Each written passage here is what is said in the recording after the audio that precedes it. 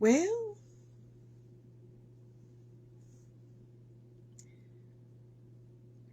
I don't know what this is going to look like online, so it might look kind of funny because for me it looks normal, but the camera's yelling at me to rotate it and then telling me I can't rotate it while it's live. Yay! So,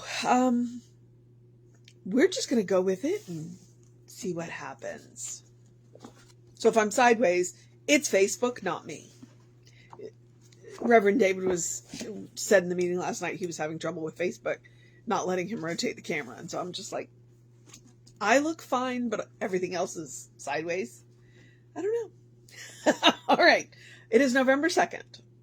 And the camera is way too close to me, but it is what it is, right? Okay. November 2nd. Our title is very long. Resolve. I will think only constructive thoughts today. And our author is Nona L. Brooks, who is one of the founders of Divine Science. And it is from Divine Science Monthly from 1933. Okay. Yeah, you can see the cat behind me. All right. Resolve. I will think only constructive thoughts today. This is a wise resolve, and if practiced day by day, will bring desired results. It is the only way to truth. Just as a child in school must work the problems given to them, so must we solve the problems that come into our lives. We do this through constructive thinking, and its normal sequence, constructive living. There is no other way. There is no promotion in the school of life until we have done the work given us here each day. Constructive thinking. It means thinking true to principle. It means thinking health instead of disease. It means thinking thoughts of faith, not fear, of love, not dislike or hate, of power, not weakness. If, when things seem dark, we go to ourselves and turn our thought to the one who is ever present and rest it there, we shall be helped. If necessary, we should affirm over and over, God's presence here is peace. There will come to us a blessed release from the disturbance, and we shall receive the assurance that all is well. There will come also clear seeing and the knowledge of what to do. Then we shall go forth with power and joy. Study Isaiah 61, 1-3. I love Nona. She gives us homework. She's like, okay, so go read this Bible. Go study this Bible quote. And she's very specific. And she really likes Isaiah because I've noticed that she does Isaiah a lot.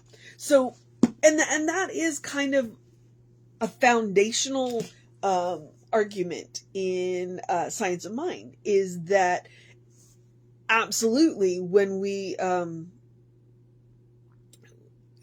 want to focus on the solutions. We don't want to focus on the problems. That's why we say no matter what is happening, the first place we go is God. It's like no matter what has come up in your life, no matter what problem or, go to God first. Go do a treatment, go do a prayer, whatever you want to call it. Go to God first. And then go work on whatever it is that you've got to work on. And now that I'm actually thinking about it, going, why would we say that? Where your focus goes is where your focus is where your power goes. It's kind of like driving a car. If you're busy looking out your passenger side window, you're going to drift into to that side. And the car in the lane next to you may not like that. So it's like you want to focus straight ahead. So that's what she's reminding us here. It's like, don't focus on the problem, focus on the solution. And where do all of our solutions start? Well, the source of our own being. Or God, whatever word you want to use. I like the source of my own being. So, and it's really hard to fix things in a negative mindset. It's like, well, if you tell, what is it? If you tell yourself you can't, you can't. And if you tell yourself you can, you can. It's like, if you tell yourself you can't, you're right. If you tell yourself you can, you're right.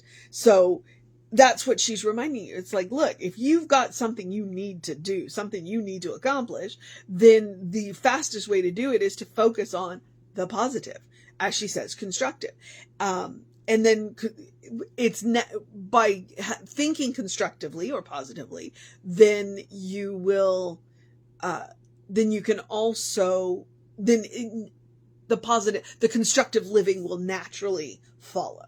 Then, yes, that's what I'm not saying that's what she's trying to say. That's what she said. It will naturally follow. So, I'm thinking about this.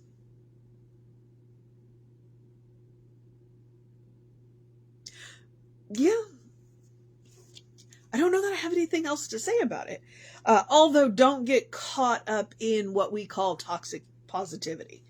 I do want to, and I think that's why I like that she's using constructive instead of positive.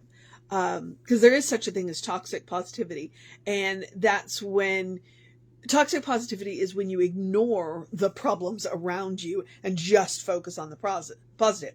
It's like, I'm not ignoring the problems around me. What I'm doing is I'm knowing that I have all of the resources to deal with the problems around me. And I'm going to the source of my own being to get that process started so that I can start fixing what is not working around me. Okay? And the best way I can describe toxic positivity is anybody who says no bad vibes here. It's like, you know what? Stuff happens. And I really wanted to use the other word, but I behaved. Stuff happens. And we have to be able to deal with that.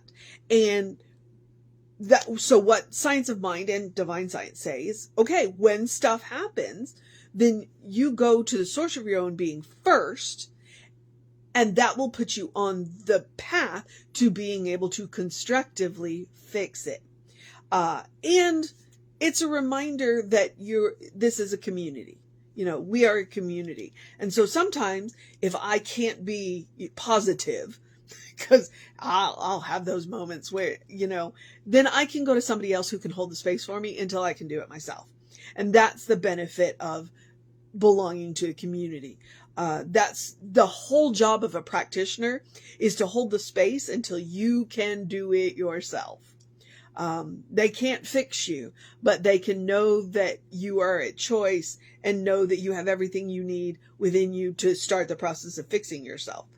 And I say start because I don't want you to think that I believe that everything you need to fix whatever you're working on is within you.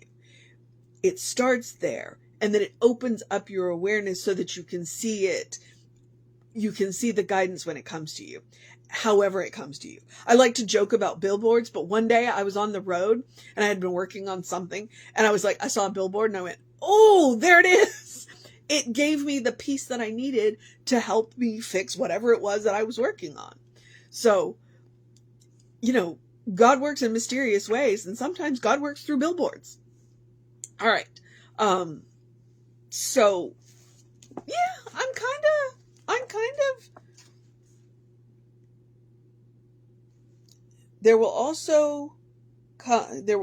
there will come also clear seeing and the knowledge of what to do, and then we shall go forth in power and joy. So it's there. If things seem dark, we go to ourselves and turn our thought to the one who is ever present and rest there. We shall be helped. If necessary, we should affirm over and over, God's presence here is peace. So, God's presence here is peace.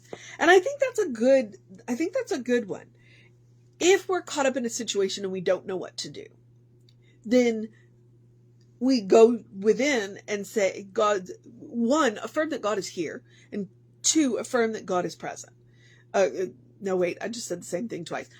Affirm that God is present, and then affirm that God's presence is peace. And then we go to our community. We can go to our community. You can absolutely go to a community. That's what practitioners are here for. They're not going to fix you, but they'll hold the space until you can get where you need to go. So, all right. So the mission today, the mission today she gave you is in the title, to think constructively. But I'm going to remind you, what I would say is, when you are facing whatever it is you are facing, the mission today, should you choose to accept it, whatever is going on in your life, take it to the source of your own being. Take it to God. Take it to Spirit. Take it to Atman, whatever word you want to use. Take it to the divine patterning intelligence. And then accept the guidance. Start there. Start there. It is the most constructive thing that you can do. And it's one of those things that I find that as a practitioner, the minute something happens, the first thing I'm going to do is treat. And it may be a quick treatment, or it may be a long treatment. And sometimes it's a quick treatment, and then I'll go do a longer one later when I have more time. Because a lot of the times in a situation, you got to deal with what's happening. But I still make the time for even just the first couple of steps of treatment. There is one power. And that power flows through me. And then I can handle whatever is happening here. And then I'll go and do whatever it is that I got to do. And then later on, when I have time, I can do a full-on treatment. So, but I've exercised that spiritual muscle. So that is my default setting. And that's why I talk about it every day. So you've got your mission. All right. The other part of the mission is the same mission every day. Because that's what I'm talking about. Exercising that spiritual muscle. If we think constructively, we are exercising those muscles, and it naturally leads into constructive living. If we treat every time that something happens, then it opens us up to the guidance to fix whatever is going on. Or if it's a good thing, to continue that forward, because, there's no reason not to treat when things are going well. I would also say that, I say every day to do something loving for yourself, do something kind for yourself, do something compassionate for yourself. I remind you that is a spiritual practice of self-care. It is extraordinarily important. If you're going to live constructively, self-care is extremely important. You cannot pour from an empty cup. So I say that if you live a life of service, which many of us do, and I would say all of us do on some level, you can't pour from an empty cup, so you got to take care of yourself. And what does it look like? It looks like as simple as taking a deep breath before you speak. It also looks like this morning, I'm running wicked late, and the reason is because 1, I slept in, and 2, my partner had to go to work, and so I waited for my partner to leave to do this so I could say goodbye. I didn't want to be in here doing this when my partner left. So, that's loving, kind, and compassionate in our relationship. So you guys will catch this when you catch this. So it wasn't all that important to me to make sure that I was here at 9 a.m. this morning, just because I got up a little late, and that's what it looks like. Love, kindness, and compassion. Whatever it looks, and it was loving, kind, and compassionate for my partner, but it was also for our relationship and for me. I wanted to be able to say, have a great day at work. All right. So it can take on a variety of different ways. The point is to practice on yourself. The point is to do it regularly, every day, to create that default setting, to create that first response, which is loving, kind, and compassionate. And it will create a life that is more gentle to live. And I know because I do it. So that's my argument for doing it. And there are more pieces to it. I say to take a walk, to take a nap, to take a break, to take a vacation, which is what I'm doing right now. And today is literally the day that we have nothing planned outside of going to the grocery store because I need spaghetti. We need a few other things too, but we haven't been in the house as much as I thought we were going to. But, other people throw monkey wrenches into your plan and things end up being amazing anyway. So when I say monkey wrenches, it was a good monkey wrench. So, and then, but I also want to remind you, because, me being on vacation, to go out of your way to make the ordinary extraordinary a little more often. Okay. And what do I mean by that? the clothes that you wear once in a while, bring them out a little more often. The dishes and the glasses and the dish silverware that you use for holidays, why not do it on a random Tuesday? Don't save the good stuff. All right. That's why I say eat dessert first. Go out of your way to make the ordinary extraordinary a little more often. It doesn't take much and it'll be fun. So try it. You might like it. And then the world's been crazy. It's just been crazy. And that's why I want to remind you that joy is a quality of God. Therefore, joy is a quality of you. I'm encouraging you to make room for joy. Because you deserve joy, and more importantly, you need joy. So make room for it. Whatever it looks like in your life, make room for joy. All right. Okay. Where am I? I think I'm at the part where I get to encourage you. Oh, the rest of the suggestions. Do something to engage your mind and your body, whatever that looks like for you. Drink plenty of water. Hydration is super important. Your brain works better, your body works better, and your skin looks better when you're well hydrated. I have managed to drink enough that even though I forgot my magnesium a couple of times, I haven't gotten the calf cramps. So yay! Hydrate. Super important. And get that early in your day bright light. Since I'm on vacation, I'm not getting as much sun, although we were outdoors all day yesterday. So, and I didn't get sunburned, so we stayed in the shade enough. That's good. But I did get that early in my day bright light and all day sun. Today, I may not get any sunshine, except for, that brief run to the car. All right. So do that. And then, get that.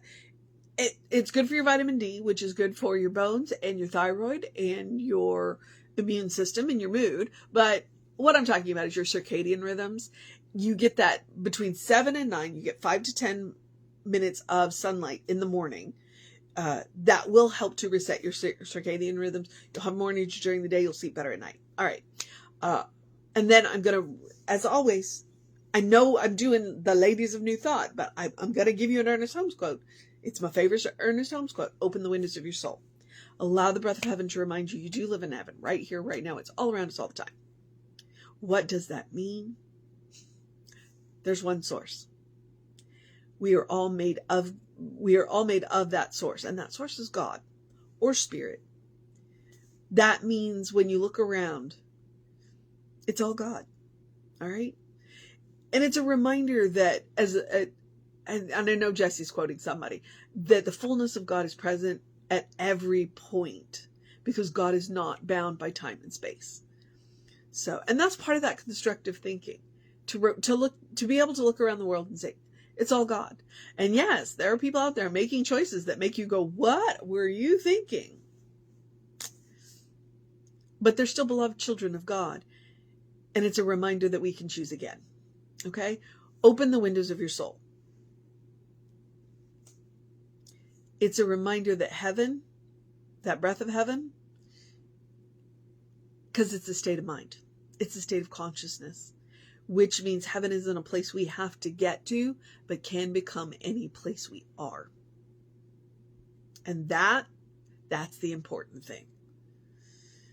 It's not a reward, but, well, it is, but it's not a reward after death. It's a reward for being aware of what life is now.